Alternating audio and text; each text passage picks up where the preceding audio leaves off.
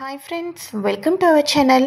పెళ్లిలో ఎలాగో కన్యాదానం చేయలేదు కదా మావయ్య గారు, ఆ ఘట్టాన్ని ఇప్పుడైనా ఏర్పాటు చేపిస్తాను అని చెప్పి గీత అయితే మొత్తానికి తన మావయ్యకి పట్టు పంచ ఇచ్చి అంతా ఏర్పాటు చేస్తుంది. మావయ్య గారు, మీరు ఎలా ఉన్నారో చెప్పమంటారా? నిజంగా ఒక పెళ్లి కూతురికి తండ్రి ఎలా ఉంటారో అచ్చం మీ కట్టు బొట్టు అలానే ఉన్నాయి. అత్తయ్య గారు, ఇంకేంటి చూస్తున్నారు, కానియండి అని చెప్పేసి కార్తీక, విష్ణు మీరు వచ్చి ఇలా కూర్చోండి అని చెప్పేసి వాళ్ళిద్దరినీ కూర్చోపెట్టడంతో ఇక చక్కగా అయితే కాలు కడిగి మహారథి ఆ నీళ్లను తన తల మీద కూడా వేసుకోవడం అయితే జరుగుతుంది. అంతేకాకుండా తన కూతురు చేతిని ఇక వెంటనే విష్ణు చేతిలో పెట్టి, నా ఇంటి మహారాణి, నా కూతుర్ని ఇంత కష్టం అనేది కూడా తెలియకోకుండా అపురూపంగా పెంచాను, ఇప్పుడు నీ చేతుల్లో పెడుతున్నాను, దానికి కళ్ళమట కన్నీళ్లు కూడా రాకోకుండా జాగ్రత్తగా నువ్వే చూసుకోవాలి బాబు అని చెప్పేసి ఇక మొత్తానికి అయితే చేతిలో చెయ్యి పెట్టి మరీ అప్పగింతలైతే చేస్తాడు మహారథి. అలాగే మావయ్య, ఇక కార్తీకను నా ప్రాణంగా చూసుకుంటాను అని చెప్పేసి అత్తయ్య మావయ్య మమ్మల్ని ఆశీర్వదించండి అని చెప్పేసి మహారథి జాగృతి కాళ్ళ ఆశీర్వాదం అయితే తీసుకుంటారు విష్ణు కార్తీక. అంతేకాకుండా ఇక వెంటనే విష్ణు వాళ్ళ అమ్మా నాన్న ఆశీర్వాదం కూడా తీసుకోవటంతో పిల్లా పాపలతో చల్లగా ఉండండి ఇద్దరు కలకాలం అని చెప్పేసి ఆశీర్వదించడం అయితే జరుగుతుంది. ఆ తర్వాత, అమ్మ కార్తీక, ఎప్పుడు కూడా నేను నా బిడ్డల సంతోషమే కోరుకుంటాను తల్లి, నా కూతురు ఆనందమే నాకు కావాలి.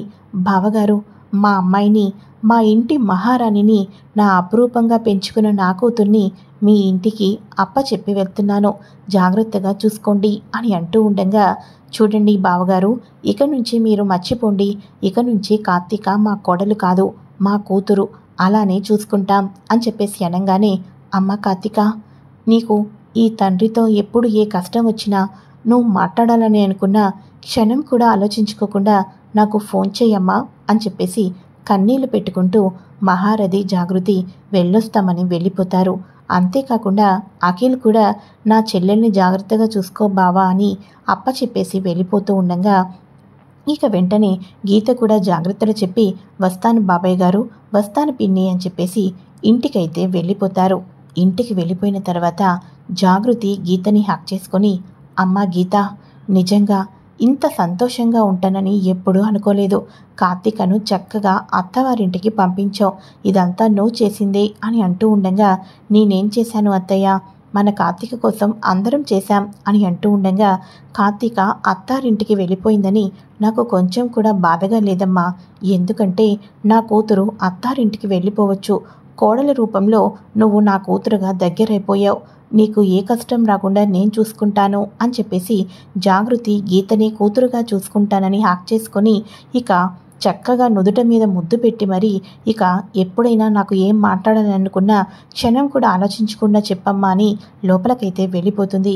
ఈ లోపల మహారథి క్లాప్స్ కొట్టుకుంటూ, సూపర్ గీత, నువ్వు సూపర్, ఏంటి అందరినీ కూడా నీ వైపుకు తిప్పుకున్నానని చాలా సంతోషపడిపోతున్నట్టున్నావే, చాలా సంబరపడిపోతున్నట్టున్నావే అని అంటూ ఉండగా, అందరినీ నేను తిప్పుకోవటం ఏంటి మావయ్య గారు, నేను న్యాయం ధర్మం కోసం పోరాటం చేస్తాను, అందుకోసమే ఇదంతా చేశాను, న్యాయం ధర్మం గురించి ఆలోచిస్తే మంచిగా ఉన్న వాళ్ళందరూ మన పక్కనే ఉంటారు, కుళ్ళు కుతంత్రాలు మోసాలు ఇవన్నీ కూడా మీలాగా నాకు తెలియవు అని చెప్పేసి గీత అయితే తన మావయ్యకి చెప్తూ ఉంటుంది. గీత, నువ్వు ఏదో సాధించేశాను అనుకుంటున్నావు కదా, నిజం చెప్పమంటావా, నా బావ నాకు వియ్యం కూడా అవ్వాలని చాలా ప్రయత్నం చేశాడు, అది అఖిల్ విషయంలోనే అవ్వలేదు, తర్వాత కార్తీకనైనా పెళ్లి చేసుకుంటామనుకున్నారు, కానీ ఆ విషయంలో కూడా అవ్వలేదు. నీకు విషయం చెప్పమంటావా, నేను నీకు పర్సనల్గా థ్యాంక్స్ చెప్పాలి గీత, ఎందుకంటే నా కూతురు పెళ్లిని దగ్గరుండి జరిపించావు కాబట్టి. ఏ తల్లిదండ్రులు పిల్లల బంగారు భవిష్యత్తు సంతోషంగా ఉండాలని కోరుకోరు, నా కూతురికి కూడా ఇష్టమైన జీవితం ఇవ్వాలని నాకు ఉంది, కానీ ఈ పెళ్లి విషయంలో నువ్వు ఛాలెంజ్ చేసావు, నువ్వు ఎలాగైనా గెలుస్తావని నాకు తెలుసు కాబట్టి నా బావగారి దగ్గర నా తప్పేమీ లేనట్టుగా నటించాను, ఈ పెళ్లి నువ్వు జరిపిస్తావని నాకు బాగా తెలుసు, అందుకోసమే చివరి క్షణంలో కార్తీక పెళ్లి ఇష్టం లేదు అన్నట్టుగానే నటించి పెళ్ళైన తర్వాత వచ్చి అక్షింతలు వేశాను, ఏంటి పెళ్ళైపోయింది ఇక నాకేం పర్వాలేదనుకుంటున్నావా, ఇప్పుడు నీకు శత్రువులు ఎక్కువ కాబోతున్నారు, నీ అంతు తేల్చడానికి, నీ మీద విజయం సాధించడానికి నేను కాదు నీ పక్కన ఉండి పోటీ చేసేది, నా బావగారి కుటుంబం. అర్థమైందా? నా బావగారి కుటుంబానికి ఇప్పుడు నా మీద ఏమాత్రం పగ, కోపం, ద్వేషం ఉండకపోవచ్చు. కానీ ఇదంతా చేసింది నువ్వే కాబట్టి వాళ్ళదంతా కూడా నీ మీదే కక్ష ఉంటుంది. ఎలా ఉంది నా ప్లాను? ఇటు కూతురు పెళ్ళి సంతోషంగా జరిగింది. ఇక నేను నా బావ దగ్గర చెడు కూడా కాకుండా నిన్నే చెడ్డదాన్ని చేసి అడ్డంగా బుక్ చేశాను. ఈ సీనియర్ క్రిమినల్ లాయర్తో పెట్టుకుంటే ఏం జరుగుతుందో చూసావు కదా గీత అని చెప్పేసేసి ఇక వెంటనే మహారథి వెళ్ళిపోగానే గీత షాక్ అయిపోతుంది. మరోపక్క అక్కడ వచ్చేసేసి విరాజ్ వాళ్ళ ఫ్యామిలీ అంతా కూర్చుంటారు.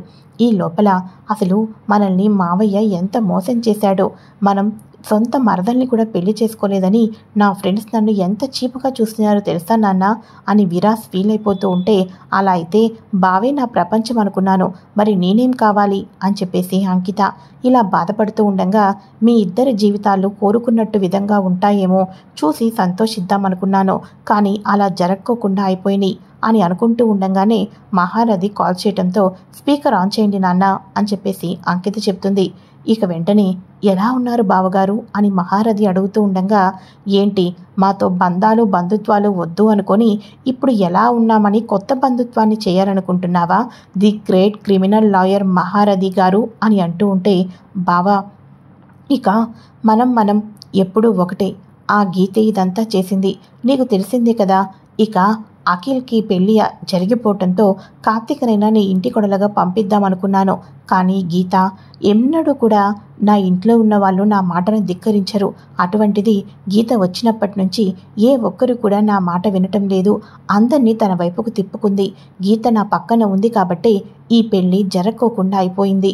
కానీ మన మధ్య బంధుత్వం ఎప్పుడూ కొనసాగుతూనే ఉండాలి బావగారు, ఉంటాను అని చెప్పేసి చెప్పటంతో, విన్నావు కదా ఆ గీత ఇదంతా చేస్తుంది, ఆ గీతను ఈసారి వదిలిపెట్టను నాన్న అని అంటూ ఉండగా, ఒరే నువ్వు మరీ కోపంతో రగిలిపోబాకు, దొరికిపోతే జైలుకి వెళ్తే మళ్ళీ విడిపించడానికి నేను తంటాలు పడాలి అని అంటూ ఉంటే, లేదు నాన్న నేను చూసుకుంటాను, ఆ గీతకి ఏ రకంగా బుద్ధి చెప్పాలో నాకు బాగా తెలుసు అని చెప్పేసి తన ఫ్రెండ్కి కాల్ చేసి, ఏరా ఎక్కడున్నావురా, అర్జెంటుగా ఒక పని చేయాలి అని చెప్పేసి విరాజ్ అయితే అక్కడి నుంచి వెళ్ళిపోతాడు.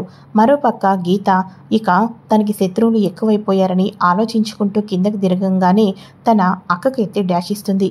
అయ్యో సారీ అక్క, చూసుకోలేదక్క అని అంటూ ఉంటే, ఈ ఇంట్లో ఉన్న వాళ్ళందరూ నిన్ను మాటలతో తెగ పొగడేస్తున్నారు కదా, ఇక నీ కళ్ళు భూమి మీద ఎక్కడ నిలబడతాయి, నెత్తి మీదే ఉంటాయి నీ కళ్ళు అని అంటూ ఉంటే, అదేంటక్క అలా మాట్లాడుతున్నావు అని అంటూ ఉంటే, మరి ఏం మాట్లాడాలి, కనీసం ఒక అక్క ఇంట్లో ఉందని ఏదైనా చెప్తున్నావా చేస్తున్నావా?